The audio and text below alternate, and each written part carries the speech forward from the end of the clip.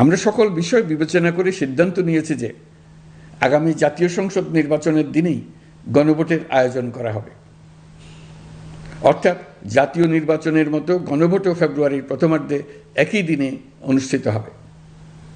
এতে সংস্কারের লক্ষ্য কোনোভাবে বাধাগ্রস্ত হবে না।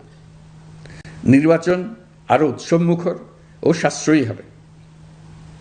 গণভোট অনুষ্ঠানের লক্ষ্যে উপযুক্ত সময়ে প্রয়োজনীয় আইন প্রণয়ন করা হবে। জুলাই সনদের আলোকে আমরা গণভোটের ব্যালটে উপস্থাপনীয় প্রশ্নও নির্ধারণ করেছি। আমি প্রশ্নটি এখন আপনাদের সামনে পাঠ করে শোনাচ্ছি।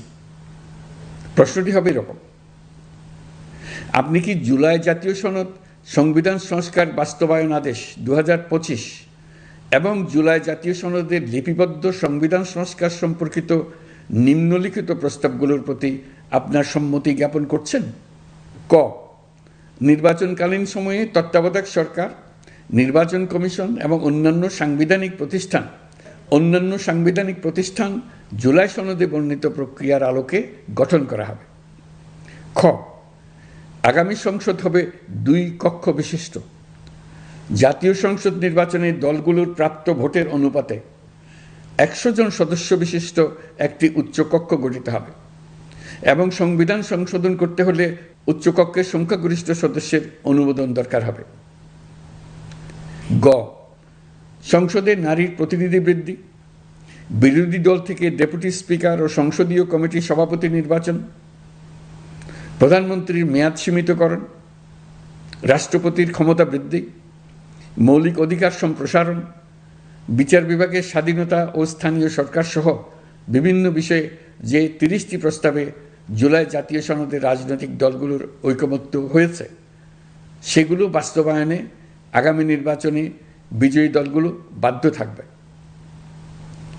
ঘ, জুলাই সনদে বর্ণিত অন্যান্য সংস্কার রাজনৈতিক দলগুলোর প্রতিশ্রুতি অনুসারে বাস্তবায়ন করা হবে। গণভোটের দিন এই 4টি বিষয়ের উপর একটি মাত্র প্রশ্নে আপনি হ্যাঁ বা না ভোট দিয়ে আপনার মতামত জানাবেন। গণভোটের সংখ্যাগরিষ্ঠ ভোট হ্যাঁ সূচক হলে আগামী সংসদ নির্বাচনে নির্বাচিত প্রতিনিধি নিয়ে একটি সংবিধান সংস্কার পরিষদ গঠিত হবে।